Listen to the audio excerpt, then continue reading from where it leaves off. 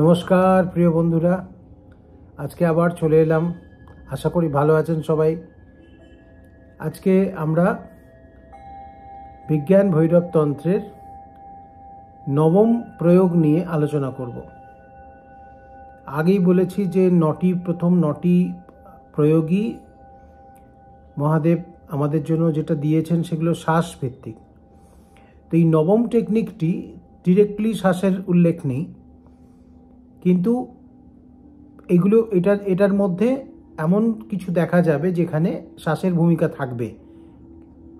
নবম টেকনিকটি আসলে অনেকগুলি সাব টেকনিক বলতে পারেন, যে বিভিন্ন ভাষাতে দেবাদিদেব আমাদের জন্য কতগুলো রাস্তা বলেছেন।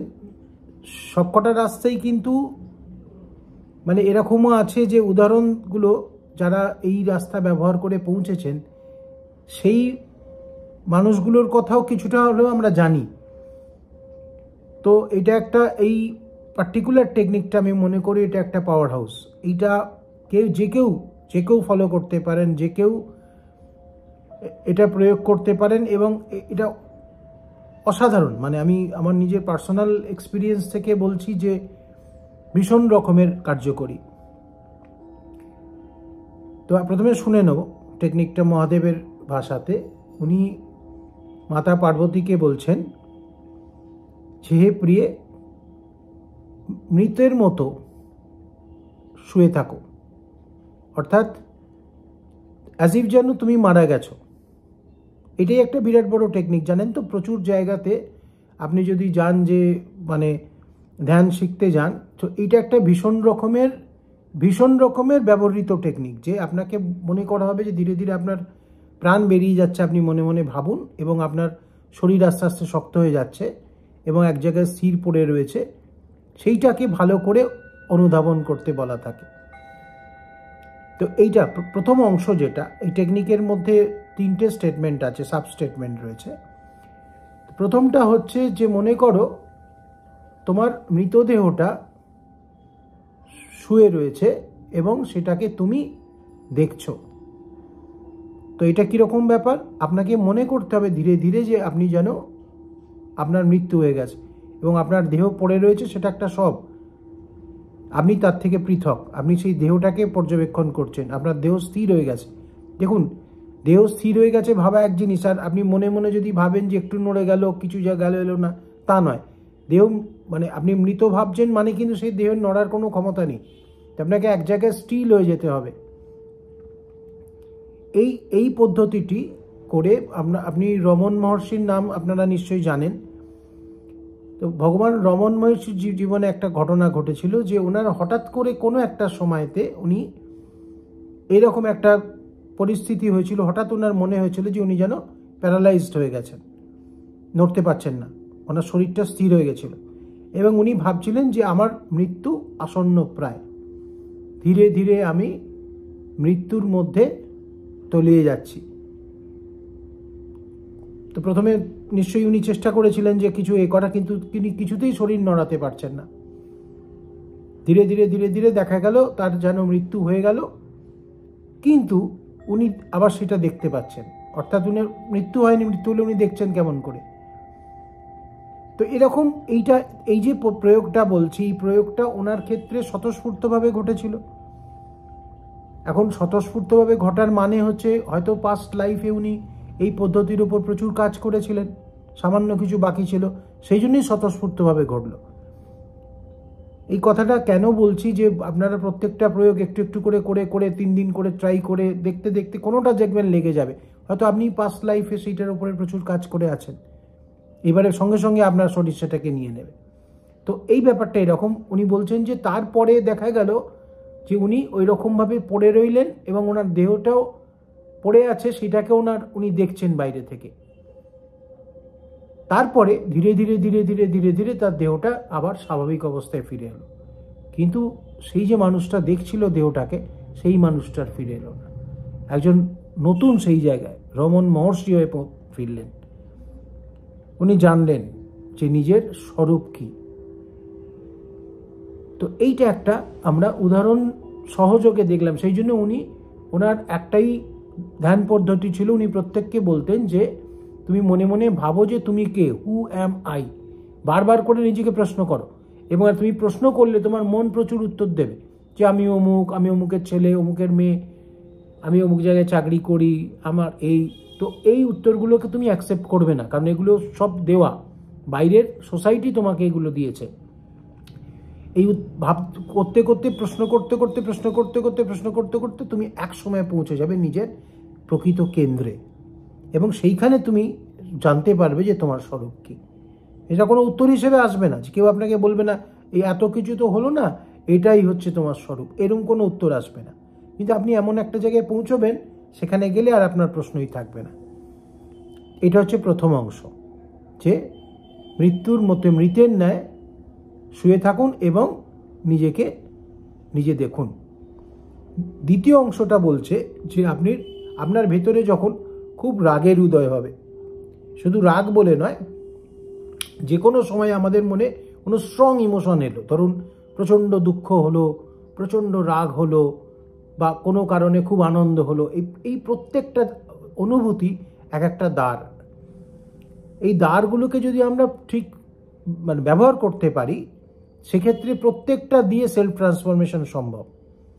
প্রতিটা জিনিসই কিন্তু আমাদের সেই রাস্তাতেই নিয়ে যাচ্ছে যেখানে আমরা নিজেদের জানতে পারি। আসলে কি নিজেদের জানাটা, সেটা তো আর খুব দূরের কোনো ব্যাপার নয়, আমরা সেটাই জানতে চাই, সেটা সবসময় আমাদের সঙ্গে আছে।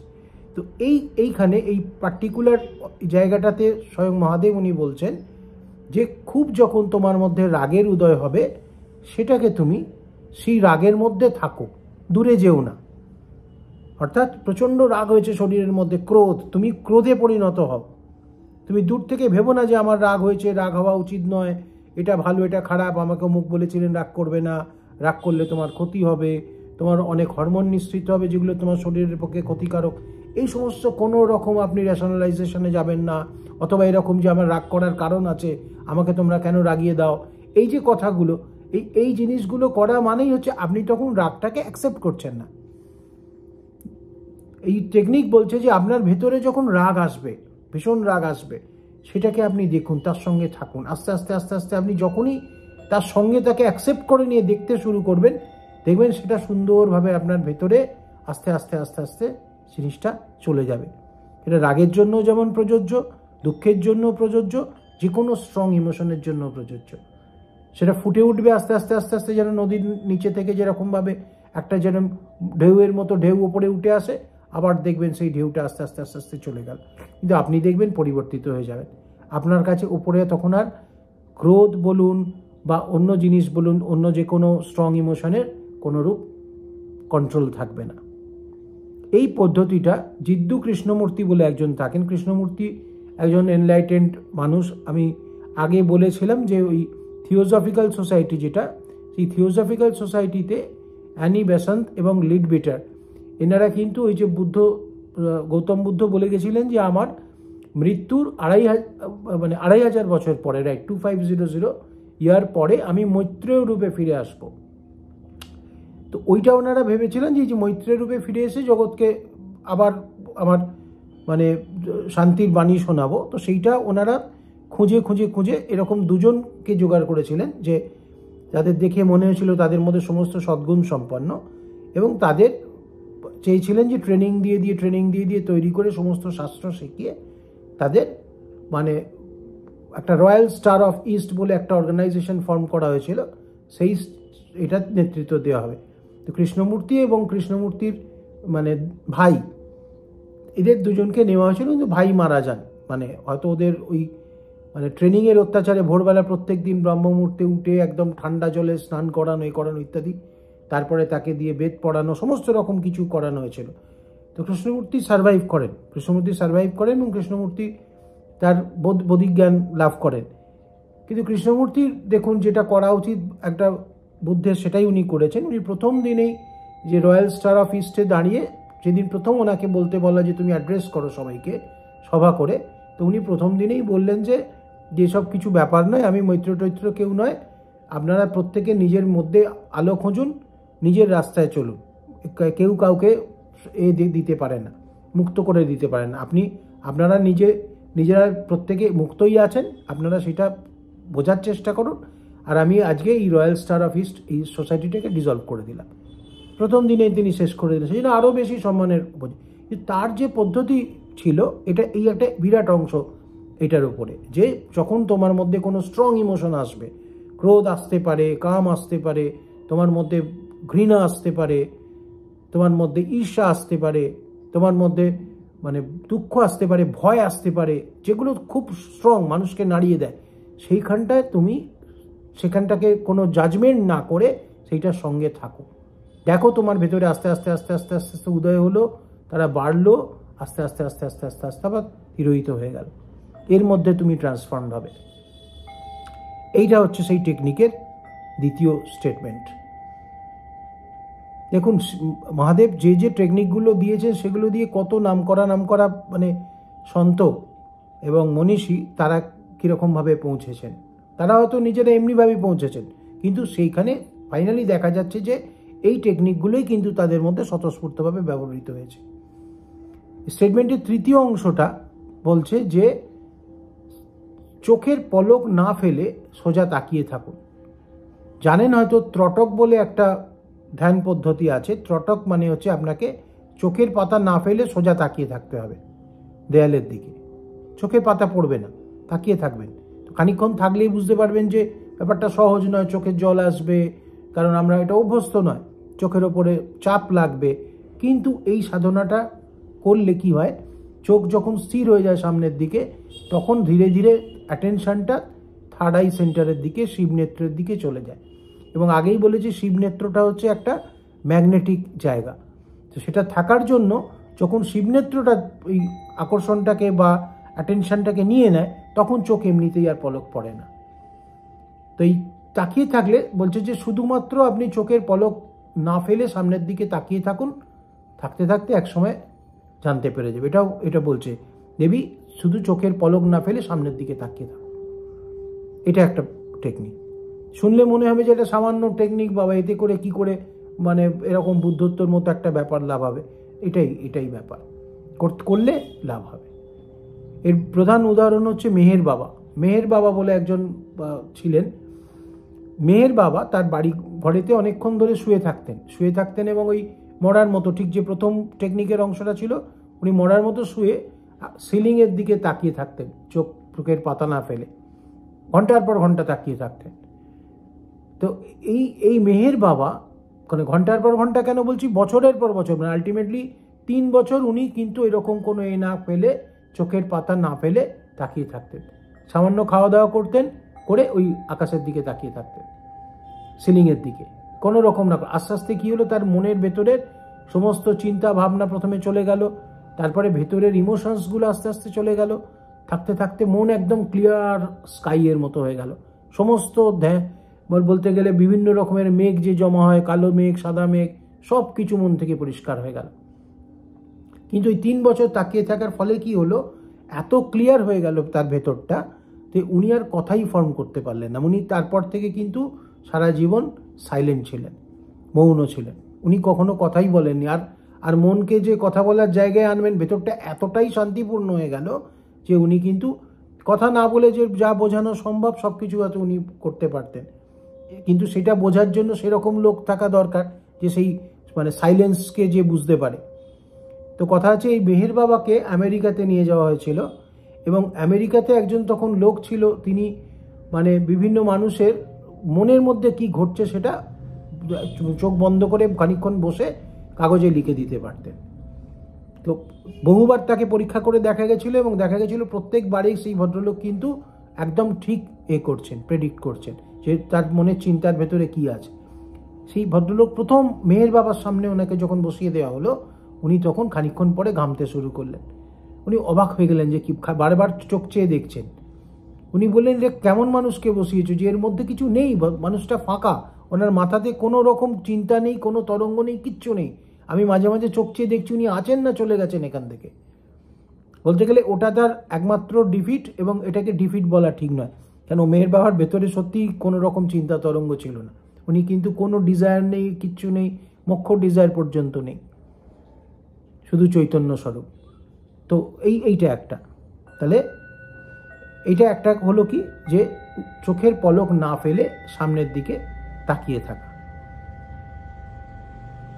যে এদের জেন বুদ্ধিজমেও একটা টেকনিক আছে বলেছি, জাজেন, যে দেয়ালের দিকে তাকিয়ে বসে থাকা, সেখানেও এটার সঙ্গে মডিফাই করে করা যায়, যে অনেক সময় দেয়ালের দিকে তারা চোখের পলক না ফেলে সামনের দিকে তাকিয়ে থাকে। তাহলে কি হয়, থার্ড আইতে যেহেতু অ্যাটেনশনটা পড়ে, তাহলে তাড়াতাড়ি হয়, কাজটা তাড়াতাড়ি হয়। তো যাই হোক, এই তিনটে সাব টেকনিক আরেকবার বলে নিই। প্রথম হচ্ছে যে ভেবে নিন যে আপনার শরীর মৃত, সেই মৃত শরীর স্টিল হয়ে পড়ে আছে, আপনি সেটা দেখছেন। দ্বিতীয় সাব টেকনিক হলো যে আপনার ভেতরে যখন স্ট্রং কোনো ইমোশন, যেমন ক্রোধ, ঘৃণা, ভয়, দুঃখ ইত্যাদি জাগবে, তখন সেটাকে বর্জন করার চেষ্টা না করে, তার সঙ্গে ফাইট করার চেষ্টা না করে, সেটাকে অবজার্ভ করুন, থাকুন ওটার মধ্যে, ওটাই আপনি, তার মধ্যে থাকুন। ভুলে যান কার রাগ হয়েছে, ডিস্টেন্স মেনটেন করার কথা ভুলে যান, তার মধ্যে থাকুন। তৃতীয় হলো যে আপনি চোখের পলক না ফেলে অপলক দৃষ্টিতে সামনের দিকে তাকিয়ে থাকুন। সামনের দিকে, আর কিচ্ছু করতে হবে না, শুধু সামনের দিকে তাকিয়ে থাকুন, কথা বলবেন না, শুধু চোখের পলক না ফেলে সামনের দিকে তাকিয়ে থাকবেন। এই তিনটে।